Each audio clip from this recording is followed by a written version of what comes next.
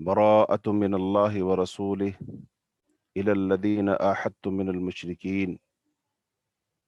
فصيحوا في الأرض 4 أشهر واعلموا أنكم غير معجز الله وأن الله مخزي الكافرين۔ آج انشاءاللہ ہم سورہ التوبہ اور سورہ یونس کے مضامین کا خلاصہ بیان کریں گے۔ سب سے پہلے سورہ توبہ،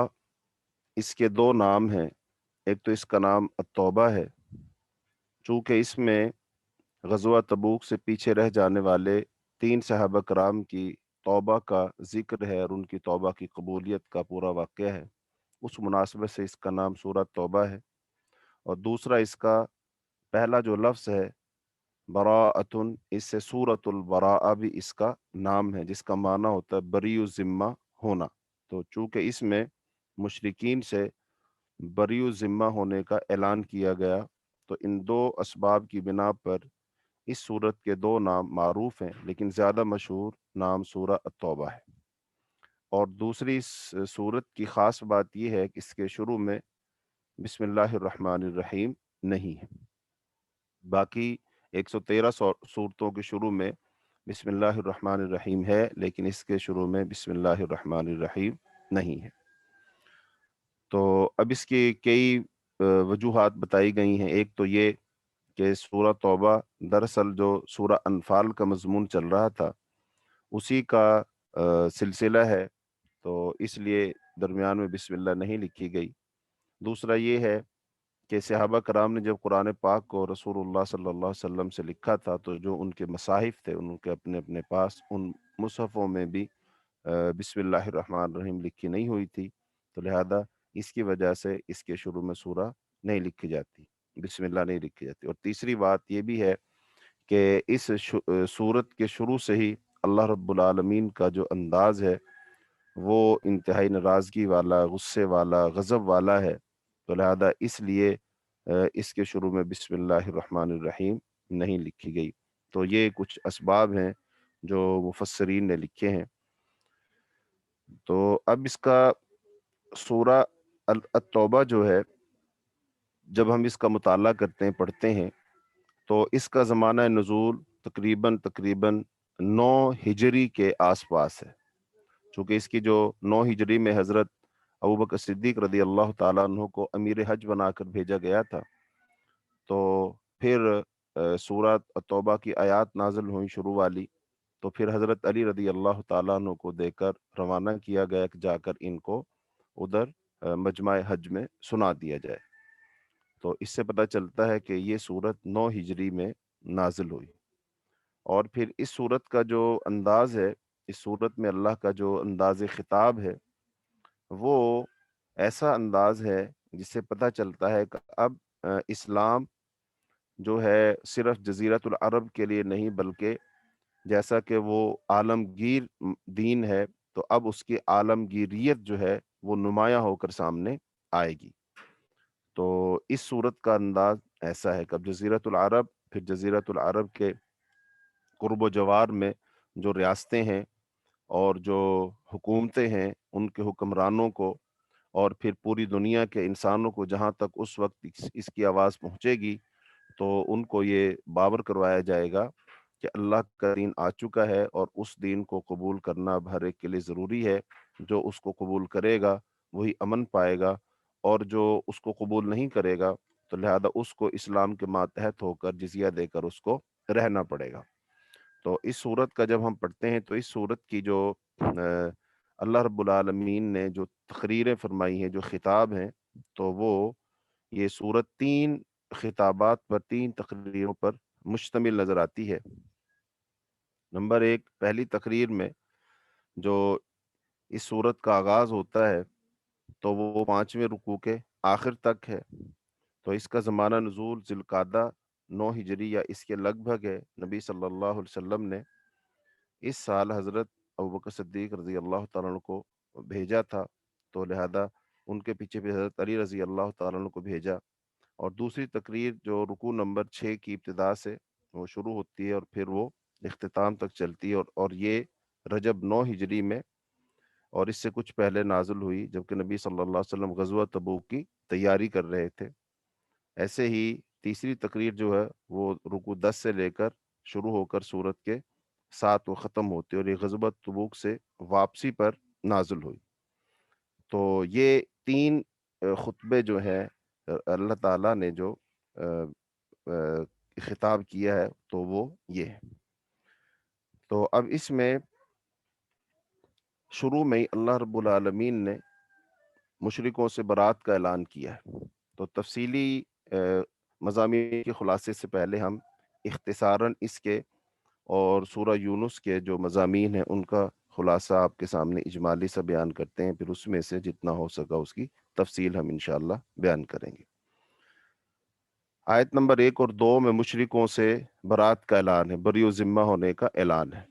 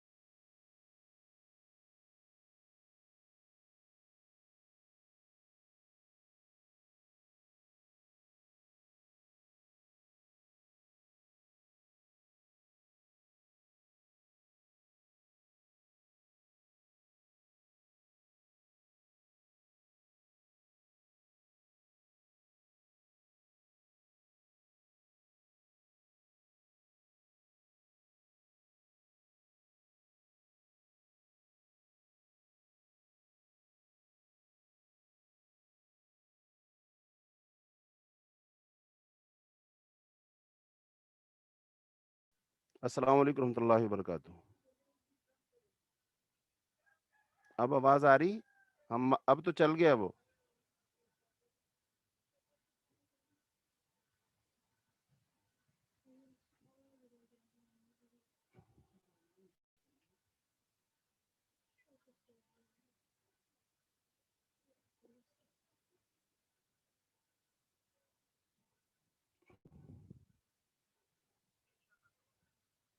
جی اب آواز آ رہی ہوگی.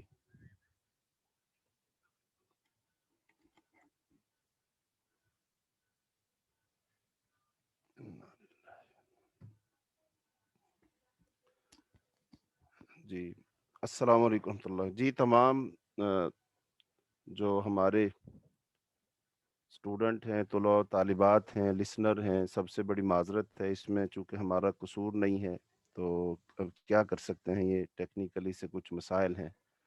تو اللہ پاک ان کو دور کر دے، آسانی فرمائے ہمارے لیے، اللہ مشکلات کو دور کر دے. ایسے ہی کل بھی یہی نیٹ کا مسئلہ تھا، کلاس نہیں ہو سکی. آپ سب لوگوں نے یقیناً انتظار کیا، تو اس کے لیے بھی بڑی معذرت ہے. تو اس میں چونکہ بس مسئلہ اب ہمارے ہاتھ میں تھا نہیں، تو اس کے لیے دو تین جو ہے نا کنیکشن، وہ ان سے بات کرنے کی کوشش کی گئی لیکن نہیں ہو سکا. پھر ہمسائے ہیں ہمارے، ان کے ہاں بھی گئے لیکن وہ کوئی بات بنی نہیں. تو قدر اللہ ما شاء فعل.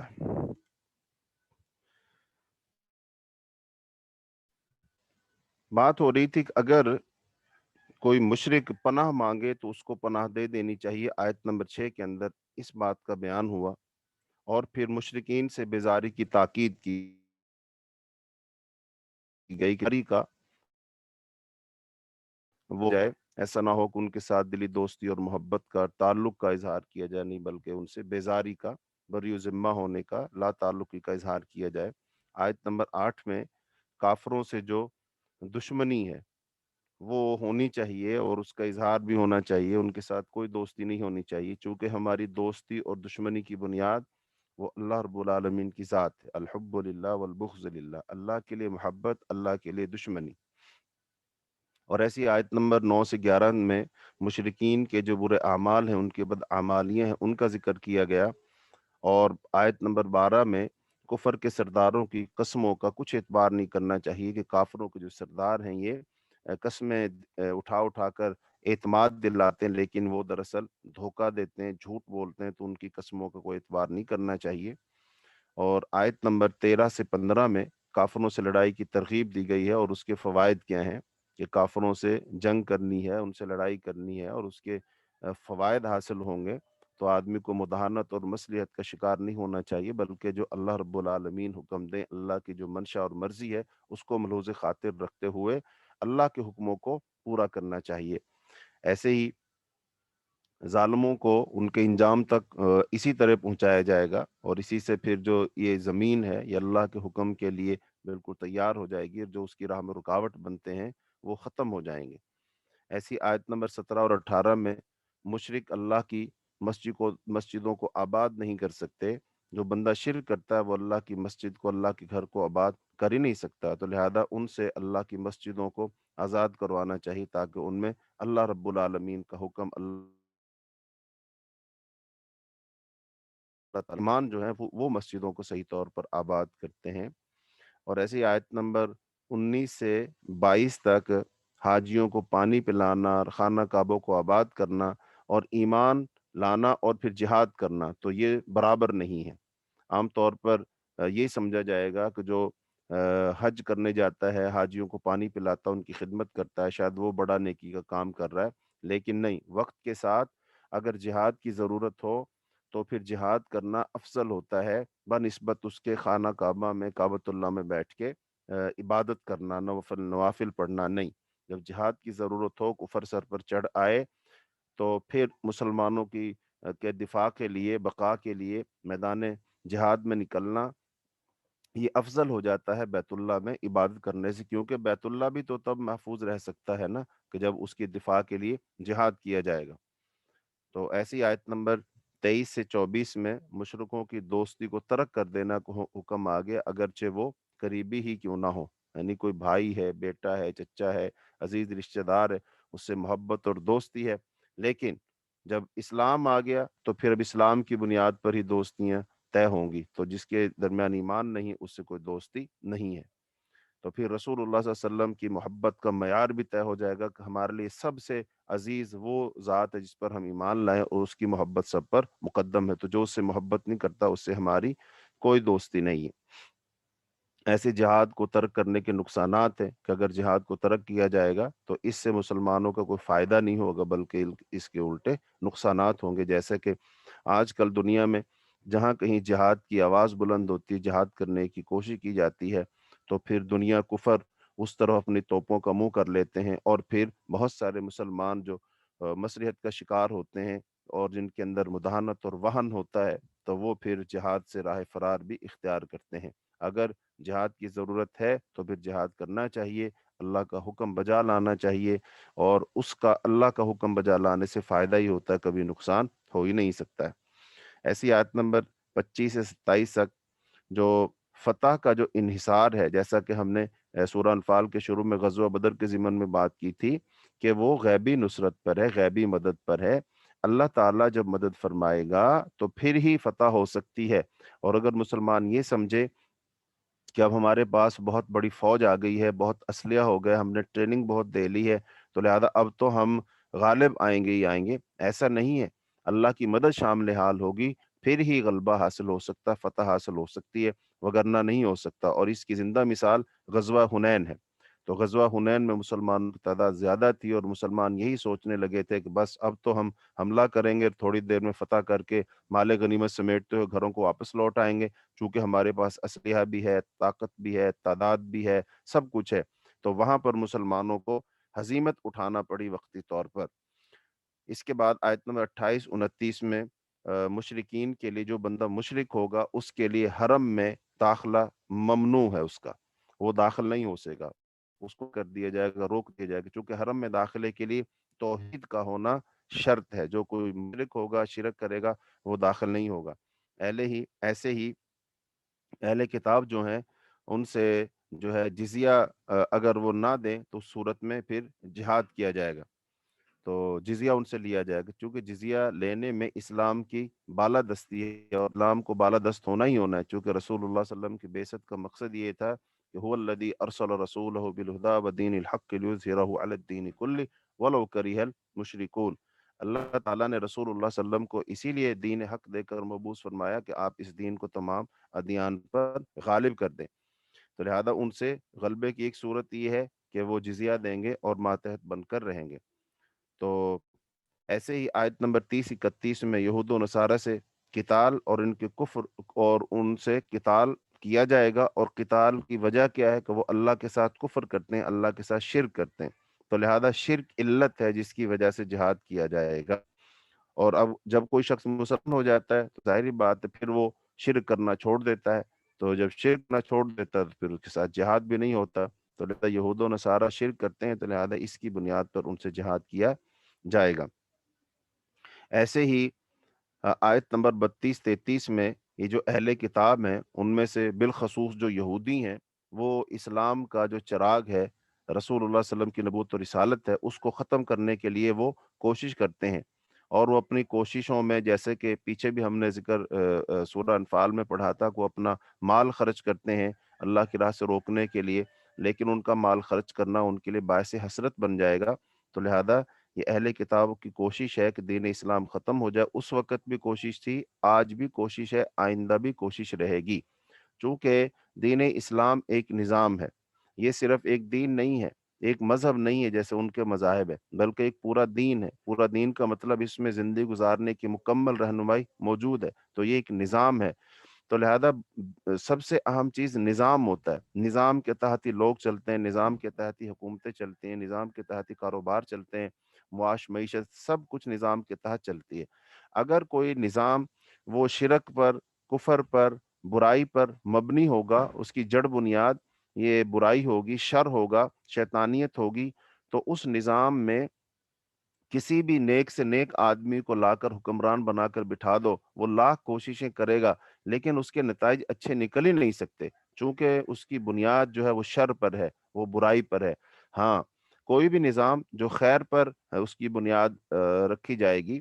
تو پھر وہاں پر حکمران جو آئے گا وہ کوشش کاوش کرے گا، پھر اس کے نتائج خیر کی صورت میں نکلیں گے، بھلائی کی صورت میں نکلیں گے، امن و سکون کی صورت میں نکلیں گے۔ تو لہذا اللہ تعالیٰ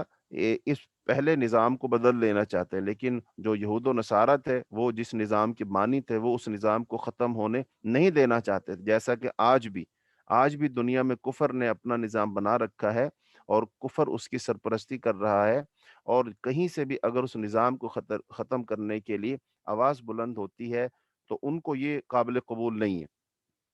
ہاں، نظام کی بات نہ کرو، ویسے تم نماز کی بات کرو، حج کی بات کرو، روزے کی بات کرو، صدقہ و خیرات کی بات کرو، تو یہ اسی نظام کے تحت رہ کر تم کرو، ان کو کوئی اعتراض نہیں ہے، بلکہ وہ آپ کو اسی نظام میں شامل کرنے کے لیے بھی تیار ہیں۔ کوئی آپ کا ایم پی ایم این اے بنا دیں گے، وہ کسی شہر کا جو ہوتا ہے ناظم کسی کو بنا دیں گے، آپ کو کوئی وزارت دے دیں گے، ہاں یہ تو وہ کر سکتے ہیں، لیکن آپ کو اس نظام کو بدلنے کی اجازت نہیں دے سکتے ہیں۔ تو اسی لیے کفار جو ہیں یہ اسلام کو مٹانے کی کوشش کاوش اس وقت بھی کرتے رہے اور آج بھی کر رہے ہیں، اور قیامت تک یہ کرتے رہیں گے۔ تو لیکن اسلام ایک دن انشاءاللہ تمام ادیان پر غالب آ جائے گا۔ آیت نمبر 34 سے 35 میں علماء سو کا ذکر ہے، جو برے علماء ہوتے ہیں، کہ جو چند ٹکوں کی خاطر، پیسوں کی خاطر، دنیا مفاد اور عہدوں کی خاطر وہ دین کو بدل لیتے ہیں، اور ایسے ہر دور میں علماء رہے ہیں، ہر مذہب میں رہے ہیں۔ یہودیوں میں بھی ایسا سو موجود تھے، نصارہ میں بھی ایسے علماء سو موجود تھے، کہ جو پیسے لے کر امیروں کے لیے اور مسئلے، غریبوں کے لیے اور مسئلے اور فتوے بدل لیا کرتے تھے، اور کتاب میں تحریف کر دیا کرتے تھے، اور امیروں کے لیے وہ ان کو سزا سے بچانے کے لیے احکام بدل لیتے تھے، لہذا ایسے امیر ان کو نوازتے تھے، اور یہ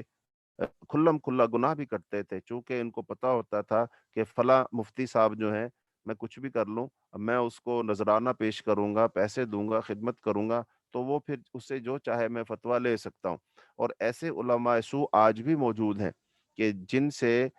کسی بھی قسم کا فتویٰ لیا جا سکتا ہے، جھوٹی گواہی لی جا سکتی ہے، غلط طریقے سے نکاح پڑھوائے جا سکتے ہیں، تو لہذا وہ یہ سب کام کرنے کے لیے تیار ہوتے ہیں، انہیں صرف پیسہ چاہیے، تو لہذا یہ عبد الدرہم والدینار ہیں۔ تو ایسے لوگ یہ لوگوں کو گمراہ کرتے ہیں، یہ علماء سو ہوں، یا یہ صوفیاء قسم کے جو لوگ ہوں، جو دین کے نام پر لوگوں کو گمراہ کرتے ہیں، ایسا حلیہ بنا کر، شکل و شباہت بنا کر لوگوں میں پھرتے ہیں کہ لوگ ان کو نیک اللہ والا سمجھتے ہیں، لیکن یہ دراصل دین کو بگاڑنے کی کوشش کاوش کرتے ہیں۔ ایسے ہی آیت نمبر 34-35 میں یہ فرمایا کہ کون سا مال جو ہے وہ کنز بنتا ہے، خزانہ بنتا ہے، اور جو قیامت کے دن باعث عذاب ہوگا، اور پھر زکوٰۃ ادا نہ کرنے والوں کا جو انجام ہے وہ بیان کیا گیا۔ پھر جو حرمت والے مہینے ہیں وہ 4 ہیں، ان کا بیان کیا گیا، کہ وہ ذی القعدہ، ذی الحجہ، محرم اور رجب، یہ 4 مہینے حرمت والے ہیں، تو ان کا ذکر کیا گیا آیت نمبر 36 میں۔ اور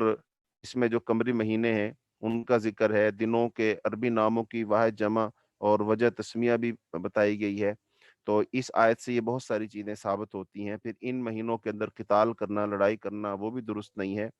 تو ابھی جو 4 حرمت والے مہینے ہیں، ان 4 حرمت والے مہینوں میں سے ایک مہینہ محرم ہے، اور محرم کے اندر ایک سانحہ اور واقعہ پیش آیا جو کہ 62 ہجری میں ہوا تھا، لیکن اس واقعہ کا محرم کی حرمت کے ساتھ کوئی تعلق نہیں ہے، وہ اتفاق ہے کہ اس مہینے میں وہ ہو گیا، وہ کسی بھی مہینے میں ہو جاتا تو مسلمانوں کے لیے وہ مہینہ وہ دکھ کا باعث تھا، لیکن اب ہم نے محرم کی ساری فضیلت شاید اس وجہ سے بنا دی ہے کہ چونکہ اس میں یہ بڑا سانحہ ہوا تھا، تو ایسی بات نہیں ہے، اس واقعہ کے ہونے سے پہلے بھی وہ حرمت والا تھا، بلکہ جب سے اللہ تعالیٰ نے زمین و آسمان کو بنایا اس وقت سے ہی وہ حرمت والا مہینہ تھا۔ ایسے ہی پھر آیت نمبر 37 میں اللہ تعالیٰ کی جو شریعت ہے اس میں اپنی رائے کے ساتھ، اپنی سوچ اور فکر اور سمجھ کے ساتھ اس میں تصرف کر دینا، تبدیلی کر دینا کہ مجھے یوں سمجھ آتا ہے، تو ایسے تو یہ بالکل غلط بات ہے۔ تو یہ لوگ مہینوں میں آگے پیچھے کیا کرتے تھے جس پر ان کی سرزنش کی گئی ہے۔ ایسے ہی آیت نمبر 38-39 میں جہاد نہ کرنے پر اور دنیا کا سامان بہت قلیل ہے اور جہاد سے گریزہ لوگوں کو سرزنش، یہ سب کچھ کیا گیا ہے۔ اور آیت نمبر 40 کے اندر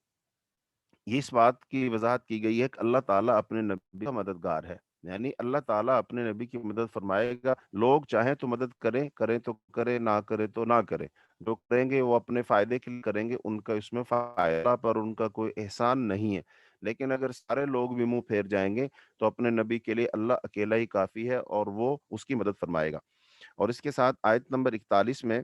اس بات کا بیان ہے کہ جہاد ہر حال میں فرض ہے،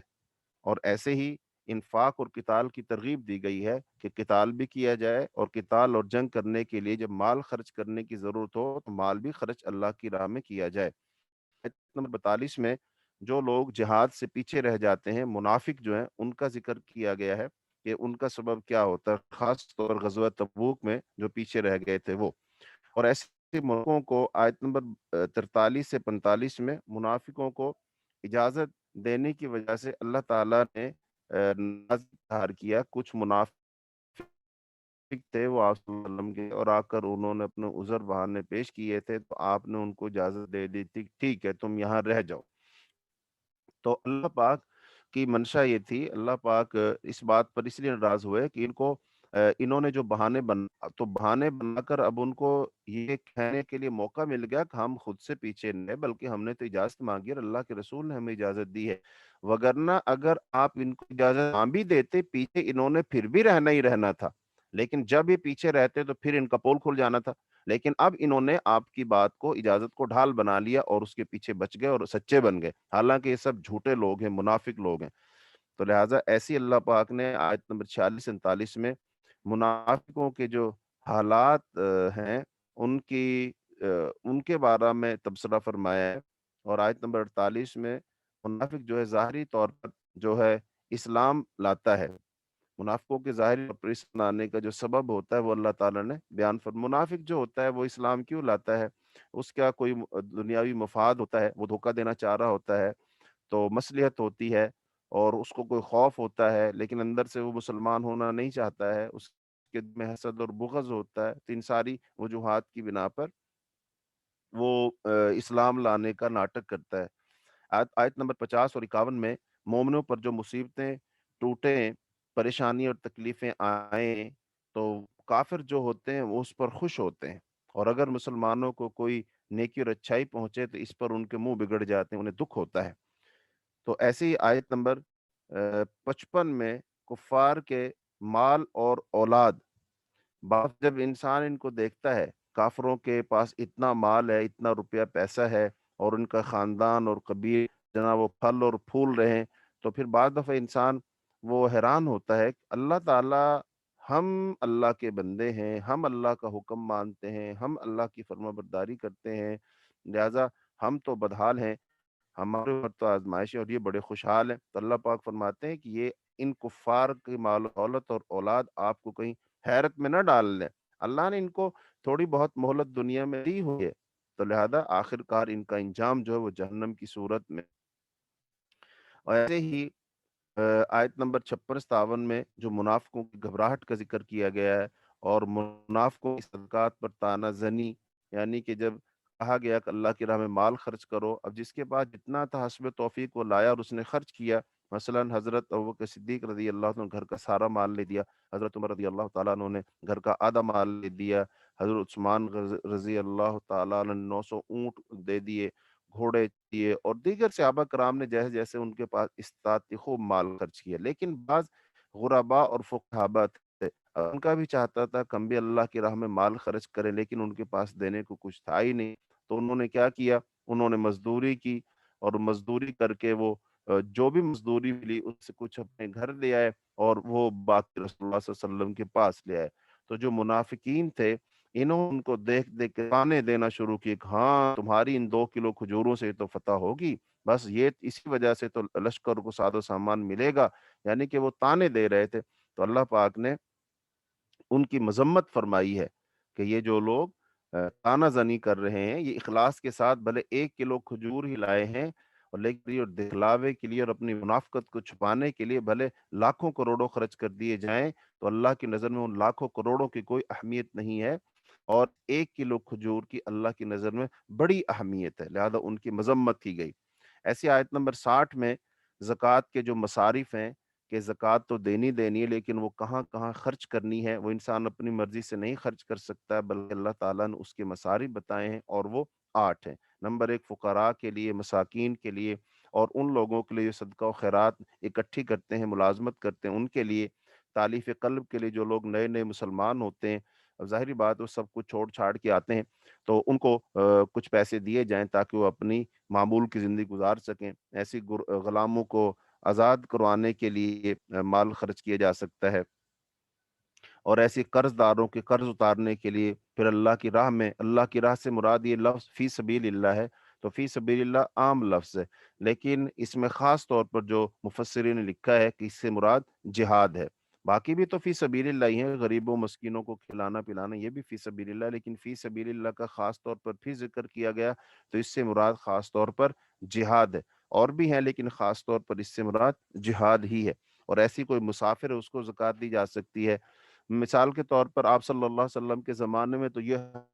حالات نہیں تھے۔ مثال کے طور پر ایک شخص، اگر ہم بات کریں پاکستان کی، تو ایک شخص لاہور سے جاتا ہے کراچی۔ اب کراچی جب گیا، اس کے پیسے چوری ہو گئے، اس کی جیب کٹ گئی، کچھ بھی ہو گیا، لہذا اب وہ وہاں پر بے یار و مددگار ہے۔ اس وقت تو ٹیلی فون بھی نہیں تھے، بینک بھی نہیں تھے، کارڈ بھی نہیں تھے، پیسے بھی نہیں منگوا سکتا تھا، ایزی پیسہ نہیں تھا، تو اس وقت تو ظاہری بات ہے اس کو کم از کم اپنے گھر آنے کے لیے کوئی کرایہ تو چاہیے نا، وہاں پر رہنے کے لیے کھانا پینا چاہیے، تو اس وقت کہا گیا وہ مسافر کوئی بھی ہے، امیر ہے، غریب ہے، اس کو زکوٰۃ کے پیسوں میں سے اس پر خرچ کیا جا سکتا ہے، اور پھر اس پر ضروری نہیں ہے کہ ان پیسوں کو وہ واپس کرے گا۔ عام طور پر یہ سمجھا جاتا ہے کہ وہ ان پیسوں کو واپس کرے گا، نہیں، واپس کرنا ضروری نہیں، ہاں وہ خود سے واپس کر دے، اللہ کی راہ میں خرچ کر دے تو یہ ایک الگ بات ہے، وگرنہ اس کے لیے وہ جائز ہے۔ آیت نمبر 61 میں نبی صلی اللہ علیہ وسلم کو منافقوں کا ایذا دینا، تکلیفیں دینا، اور منافقوں کی جو نشانی وہ اس کے بارے میں ذکر کیا گیا۔ آیت نمبر 62 اور 63 میں جھوٹی قسموں کے ساتھ لوگوں کو خوش کرنا۔ بعض لوگوں کا کام یہ ہوتا ہے کہ اس نے کام کرنا ہے نہیں، لیکن موقع پر وہ قسمیں اٹھا اٹھا کر یقین دلاتے ہیں کہ ہم یہ کریں گے اور وہ کریں گے، آپ پریشان نہ ہو، گھبرائیں مت، بس ہم جو ہے سب آپ ہمارے اوپر چھوڑ دیں، بس وقت آنے پر آپ کو کوئی پریشانی نہیں ہوگی، تو قسمیں اٹھا اٹھا کر وہ یقین دلاتے ہیں، لیکن دراصل وہ جھوٹ بول رہے ہوتے ہیں۔ تو ایسے ہی آیت نمبر 65 اور 66 کے اندر منافقوں کے ہیلے بہانے اور باطل عذر، یعنی کہ وہ دین پر عمل نہیں کرتے، جہاد پر نہیں جاتے ہیں، تو پھر جب ان سے پوچھا جاتا ہے، باز پرس کی جاتی ہے، تو پھر وہ ہیلے بہانے بناتے رہتے ہیں کہ جناب یہ وجہ تھی اور یہ وجہ تھی، اس وجہ سے نہیں ہو سکا، اس وجہ سے نہیں، وگرنہ ہم تو کرنا چاہتے تھے۔ تو لہذا اللہ تعالیٰ نے ان کے جو یہ راز ہیں یہ سارے کے سارے فاش کیے ہیں، اور ان کی خصلتوں کو کھول کھول کر اللہ پاک نے بیان کیا ہے۔ آیت نمبر 67 اور 68 میں منافقوں کی اور خصلتوں کا ذکر ہے۔ اگر آپ دیکھیں گے سورہ خاص طور پر انفال اور سورہ التوبہ میں 3 جو گروہ ہیں ان سے زیادہ خطاب ہے۔ نمبر 1 مسلمانوں سے، اور نمبر 2 منافقوں سے، اور ساتھ ساتھ پھر تیسرا جو ہے وہ ہے جہاد کرنے کا حکم جو دیا گیا، یعنی کہ منافق جو ہیں جب جہاد کی باری آئے گی، ظاہر بات ہے یہی جی چرائیں گے، چونکہ یہ اپنے من میں کھوٹ رکھتے ہیں، ان کو یقین تو ہوتا نہیں ہے کہ واقعی دین اسلام سچا ہے، اگر اس راہ میں ہم مارے گئے تو ہم اللہ کی جنت میں جائیں گے، مال خرچ کریں گے تو اللہ کی راہ میں اللہ ہمیں بڑھا چڑھا کر دے گا، نیکیاں ملیں گی، اللہ خوش اور راضی ہو جائے گا، یہ تو ہوتا نہیں ہے۔ اندر سے تو یہی سمجھ رہے ہوتے ہیں کہ نہیں نہیں، یہ تو سب ایسے ہی ہے، نہ یہ نبی سچا ہے نہ دین سچا ہے، تو پھر اپنا مال کیوں خرچ کریں، پیسے کیوں خرچ کریں۔ تو لہٰذا یہ لوگ جو ہیلے بہانے کرتے ہیں، عذر کرتے ہیں، تو اللہ تعالیٰ نے پھر ان کا پردہ چاک کیا ہے کہ مسلمانوں کو، تاکہ مسلمان ہوشیار ہو جائیں اور نفاق سے خود بھی بچیں اور منافقوں سے بھی بچیں، اس لیے اللہ سورہ خاص طور پر منافقوں کا بڑی تفصیل کے ساتھ ذکر کیا، ان کی نفسیات کو، ان کے ہیلے بہانوں کو، ان کی خصلتوں کو، ان کے طریقہ واردات کو، ان کی جو لمبی لمبی زبانیں ہیں، زبانیں بڑی چکنی چپڑی ہوتی ہیں، قسمیں اٹھا اٹھا کر، ان ساری چیزوں کا اللہ رب العالمین نے ذکر کیا ہے۔ اور اس میں اس دور کے مسلمانوں کے لیے تو یہ تھا کہ مسلمان ان منافقین سے بچ جائیں، لیکن آج یہ ہے ہمارے لیے، اس میں یہ سبق ہے کہ ہم ان چیزوں کو پڑھیں اور پھر اپنا اپنا جائزہ لیں کہ کہیں یہ علامات کہیں ہمارے اندر تو نہیں پائی جا رہی، تو یہ علامات ہم میں سے کسی کے اندر پائی جاتی ہیں تو اس کو فکر کرنی چاہیے کہ یہ تو اس وقت کے منافقین کی علامتیں ہیں، تو لہذا یہ آج بھی منافقین کی علامتیں ہیں، تو میں کہیں ایمان کا دعوے دار ہونے کے باوجود میرے اگر اندر یہ نشانیاں منافقوں کی ہیں تو کہیں میں منافق تو نہیں ہو گیا، میرے اندر نفاق تو نہیں در آیا اور مجھے پتہ ہی نہ چلا؟ جیسے اللہ تعالیٰ سب کو محفوظ فرمائے، کرونا کی وبا ہے، پھیلی ہوئی ہے، یہ وبا ہو یا کوئی اور بیماری ہو، بعد دفعہ انسان یہ سمجھتا ہے کہ یار میں تو ٹھیک ہوں، تندرست ہوں، میرے اندر کوئی بیماری ہے نہیں ہے، لیکن اس سے کہا جاتا ہے یار تم چیک اپ تو کرواؤ اپنا۔ لہذا جب وہ چیک اپ کرواتا تو اس کے اندر تو وہ علامات پوری نکل آتی۔ ہمارے ایک دوست ہیں لاہور میں، انہوں نے مجھے فون کیا، انہوں نے کہا جی وہ یہ کام کرتے ہیں، بال کاٹتے ہیں، کہتے ہیں کسی کے ہاں بچہ پیدا ہوا تو انہوں نے کہا جی آپ گھر تشریف لاؤ اور بچے کی جو ہے نا جھنڈ اتار جاؤ، حجامت اتار جاؤ، سر اس کا مونڈ جاؤ۔ تو میں نے کہا ٹھیک ہے، تو چونکہ میرے گاہک ہیں تو میں نے کہا میں آتا ہوں، لیکن انہوں نے مجھ سے کہا کہ یار تم ایسا کرو احتیاطاً، تم نا کورونا کا چیک اپ کروا لو۔ اس نے کہا مجھے کورونا ہے ہی نہیں، میرے اندر علامات ہے ہی نہیں۔ انہوں نے کہا کوئی بات نہیں، پیسے ہم دے دیں گے، احتیاطاً تم کرواؤ تو صحیح۔ کہتے ہیں میں وہاں پر گیا، میں نے چیک اپ کروایا تو وہ تو پازیٹیو آ گیا۔ میں حیران، وہ بھی حیران، تو میں مطلب میں سمجھتا تھا میرے اندر نہیں اور وہ تھا۔ بالکل ایسے ہی ہم ان آیات کو پڑھیں اور ان آیات کو پڑھ کر پھر اپنا جائزہ لیں، چیک اپ کریں اپنا، دیکھیں کہیں نفاق کا ٹیسٹ پازیٹیو تو نہیں آتا۔ اور اگر کچھ میں علامات آپ کو بتا دوں، رسول اللہ صلی اللہ علیہ وسلم فرمایا کہ من کن فی اربع کان منافقا خالصا، جس آدمی میں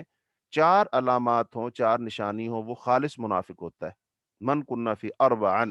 چار چیزیں، چار باتیں، چار علامتیں، چار کام جس کے اندر ہوں، وہ خالص منافق ہے۔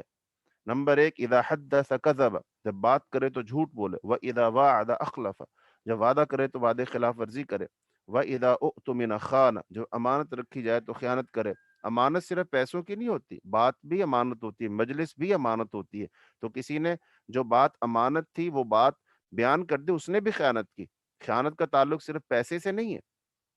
تو جب اس کے پاس امانت رکھی جائے، امانت پیسے کی صورت میں، وعدے کی صورت میں، مجلس کی صورت میں، تو یہ اس میں خیانت کرے۔ اور چوتھی فرمایا وَإِذَا خَاصَمَ فَجَرَ، اور اگر وہ کسی سے جھگڑ پڑے تو گالیاں دے۔ یہ چار علامات جس میں ہوں وہ خالص منافق ہے۔ اگلے الفاظ بڑے خطرناک، فرمایا وَإِنْ صَامَ وَصَلَّى، اگرچہ وہ نماز پڑھتا ہو، اگرچہ وہ روزے رکھتا ہو، روزے رکھتا ہو، نماز پڑھتا ہو، لیکن اس میں چار علامات یہ ہوں، چار باتیں ہوں، تو پھر وہ خالص منافق ہے، باوجود اس کے ایک نماز پڑھ رہا ہے، باوجود اس کے ایک وہ روزے رکھ رہا ہے۔ تو لہذا ان چار چیزوں کو سامنے رکھ کر ہمیں اپنا جائزہ لینا چاہیے، کہیں میرے اندر نفاق تو نہیں ہے۔ تو لہذا نفاق کی دو قسمیں ہوتی ہیں، ایک اعتقادی اور ایک عملی۔ اعتقادی کا مطلب مطلب کہ آپ کو عقیدے کے لحاظ سے دل میں پکا یہ سمجھنا کہ رسول اللہ صلی اللہ علیہ وسلم اور دین اسلام جھوٹا ہے، یہ عقیدے میں ہوگا۔ لیکن ایک بندہ دل سے یہ تو مانتا نہیں آپ صلی اللہ علیہ وسلم اللہ کے سچے رسول ہیں، دین بھی سچا ہے، سچا ہی مانتا ہے، لیکن عمل کے اندر یہ چار علامات ہیں، تو یہ عملی منافق ہو گیا۔ لہذا منافق عملی ہو یا وہ اعتقادی ہو، دونوں صورتوں میں منافق اللہ کو کسی صورت پسند نہیں ہے۔ اور قرآن پاک میں اللہ پاک نے فرمایا ان المنافقین فی الدرک الاسفل من النار، منافق جو ہوگا وہ جہنم کے سب سے نچلے درجے میں منافق ہوگا۔ لہذا اللہ رب العالمین نے منافقین کا کثرت کے ساتھ ذکر کیا سورہ التوبہ میں۔ ایسے ہی اللہ پاک نے آیت نمبر 73 اور 74 میں کفار اور منافقین سے جہاد اور ان پر سختی کا حکم کیا کہ بھی منافق جو ہیں ٹھیک ہے، ان کے ساتھ وہ سلوک نہیں کیا جائے جو کفار کے ساتھ ہوتا ہے، حالانکہ یہ اندر سے بھی کافر ہی ہوتے ہیں، لیکن ان پر سختی ضرور کرنی چاہیے، ان کو ڈھیل نہیں دینی چاہیے، ان کے معاملات پر تنبیہ کرنی چاہیے تاکہ ان کو پتہ چلے کہ ہمارا نفاق کسی سے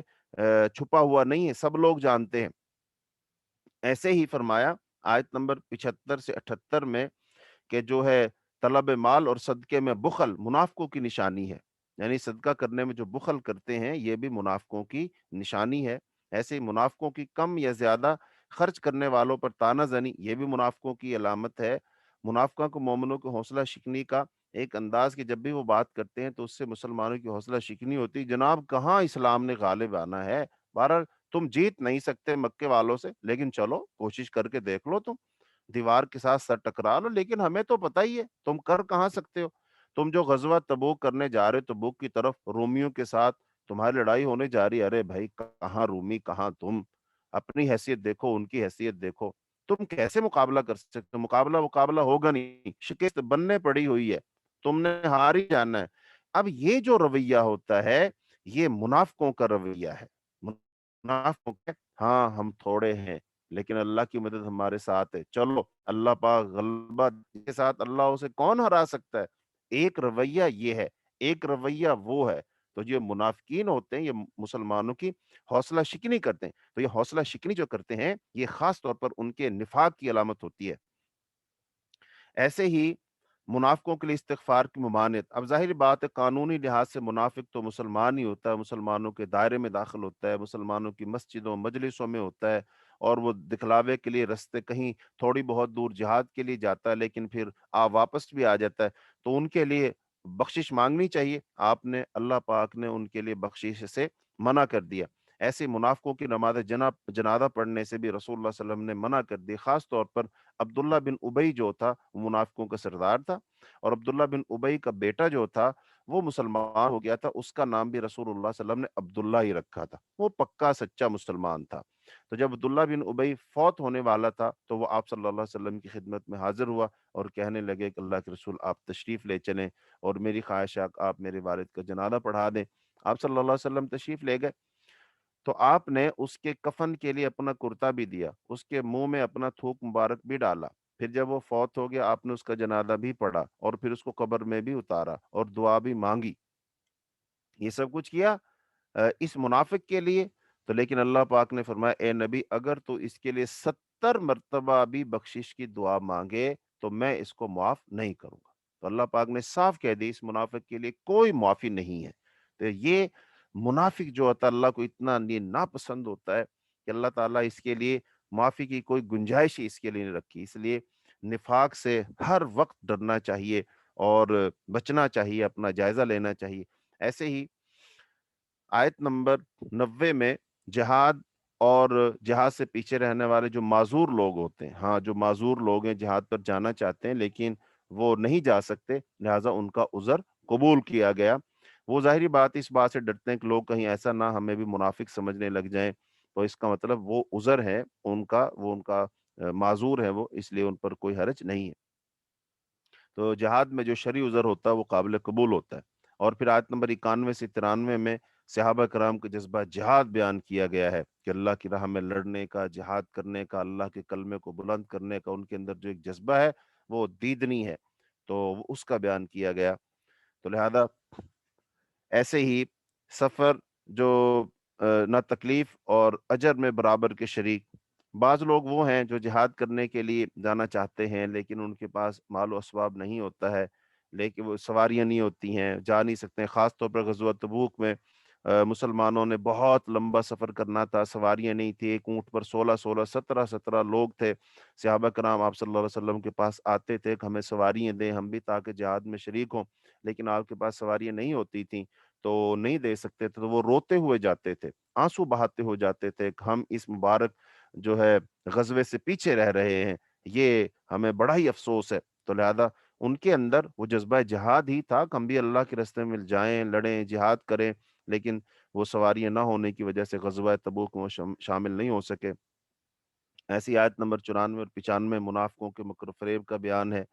اور ایسے 97 اور 99 میں جو دیہاتی لوگ ہوتے ہیں وہ کفر اور نفاق میں زیادہ شدید ہوتے ہیں، ان کے اندر کفر اور نفاق سخت پایا جاتا ہے، تو اس کا اللہ تعالیٰ نے ذکر کیا ہے۔ ایسی آیت نمبر 100 میں جو مہاجرین اور انصار ہیں ان کے فضائل اور مناقب بیان کیے گئے ہیں، اور آیت نمبر 101 میں دیہات اور مدینہ کے جو منافق تھے، یعنی کہ جو گرد و نواح میں منافق تھے ان کا، اور جو مدینہ میں تھے ان کا ذکر کیا گیا ہے۔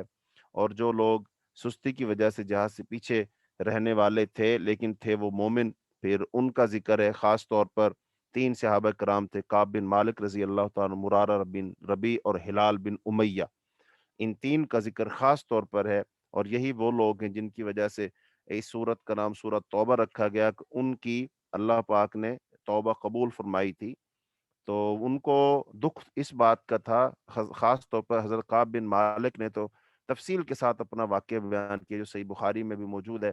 کہ میرے پاس سواریاں بھی تھیں، فراخی بھی تھی، میں جانا بھی چاہتا تھا، لیکن بس سستی کا شکار ہو گیا۔ میں نے کہا بس آج نکلتا ہوں، کل نکلتا ہوں، میرے پاس تو سواری بہت تیز ہے، مسلمان لشکر تو آہستہ آہستہ چل رہا ہوگا، میں تو دوڑ کر ان کو پکڑ ہی لوں گا، ان کے ساتھ جا ملوں گا۔ کہتے بس اسی طرح میں سستی کا شکار ہوتے ہوتے ہوتے ہوتے پیچھے رہ گیا، اور مجھے اس بات پر بڑا ہی دکھ ہے۔ پھر اللہ کے رسول صلی اللہ علیہ وسلم نے واپس آئے، پھر ان کو طلب کیا، پھر ان کے بارے میں فیصلہ کیا گیا۔ بالآخر ان سے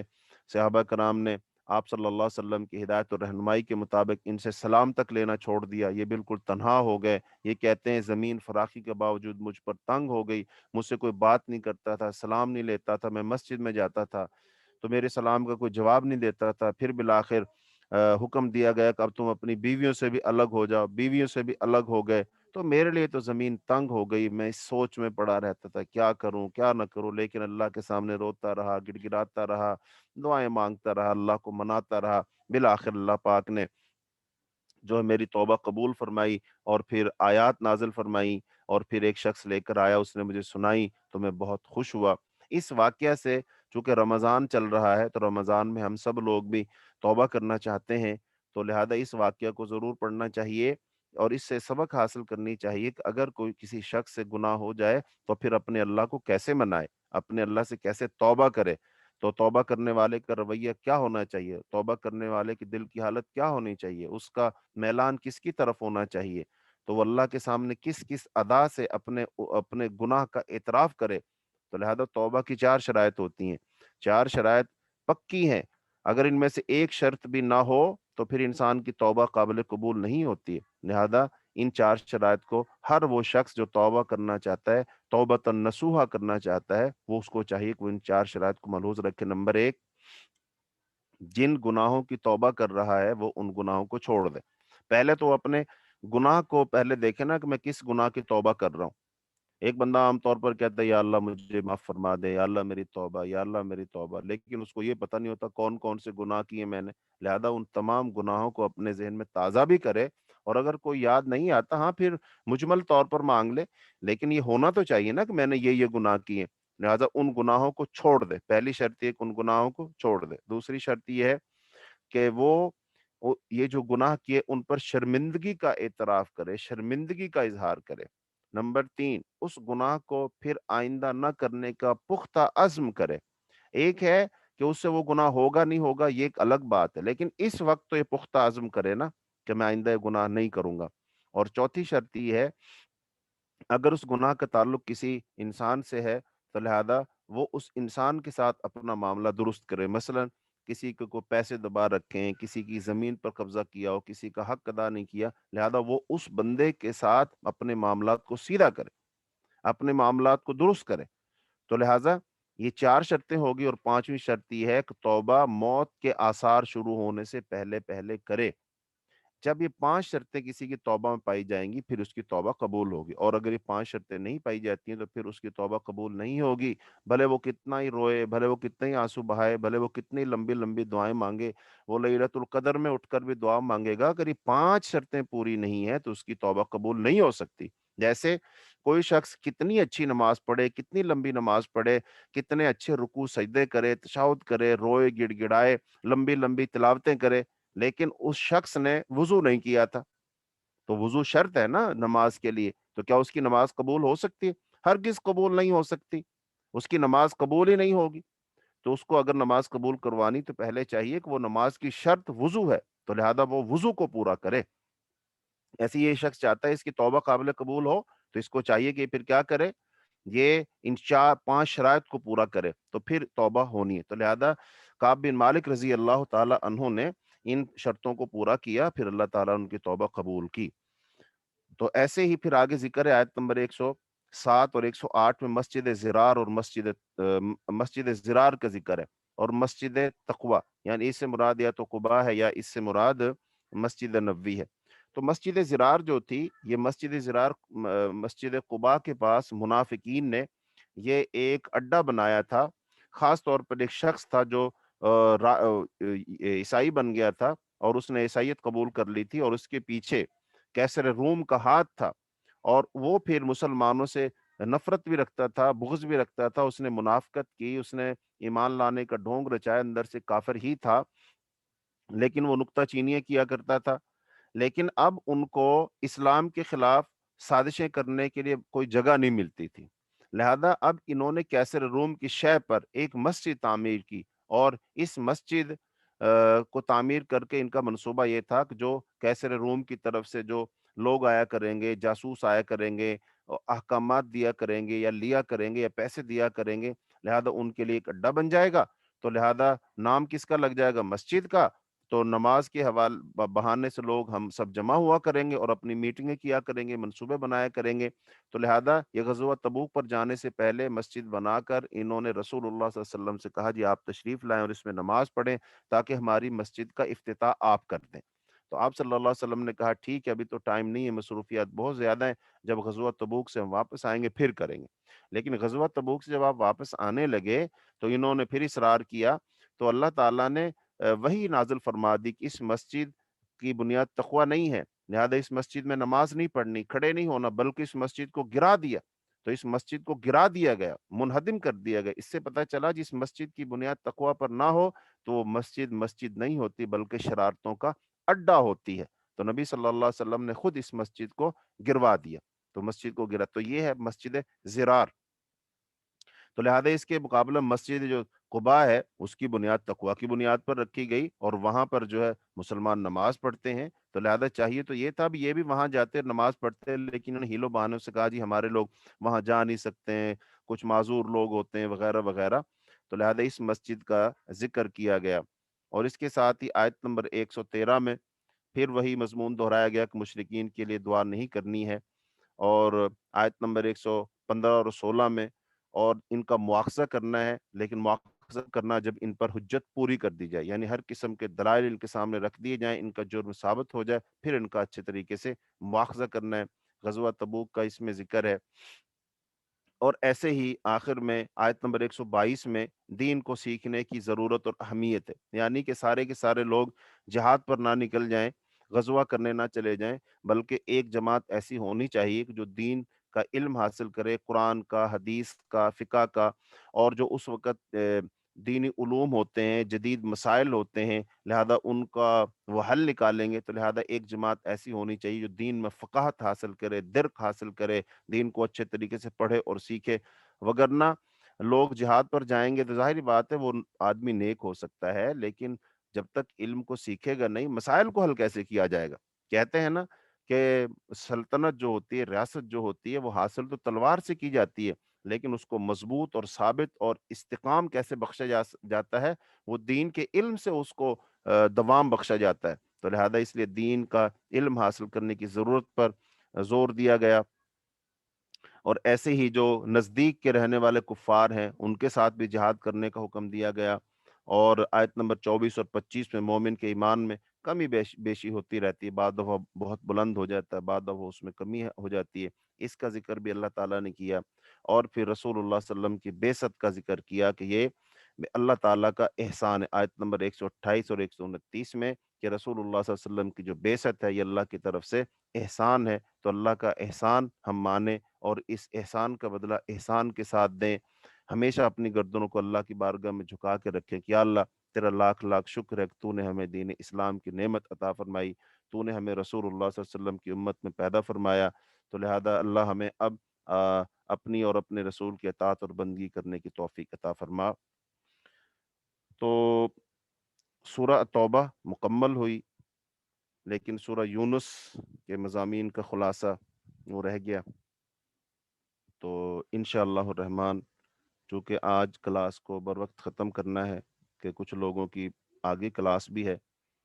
تو ہم اسی پر اکتفا کرتے ہیں، باقی انشاءاللہ الرحمن کل جو ہے آپ سے ملاقات ہوگی۔ تو انشاءاللہ الرحمن کل ہم جو ہے سورہ یونس، اور آپ لوگوں سے میں یہ کہوں گا کہ بھی ہم ایک دن کا گیپ جو ہمارا آ گیا ہے اس حوالے سے، تو تھوڑا سا ہم اس میں سے صورت کے ساتھ انشاءاللہ الرحمن گزریں گے تاکہ ہمارا گیپ ختم ہو جائے۔ تو اللہ تعالیٰ آپ سب کو برکت عطا فرمائے، اللہ آپ کو عزت عطا فرمائے، اور جو ہم اس کام میں کوئی کمی کوتاہی ہوئی ہے شیطان کی طرف سے تو اللہ تعالی ہمیں معاف فرمائے، اور آپ لوگوں نے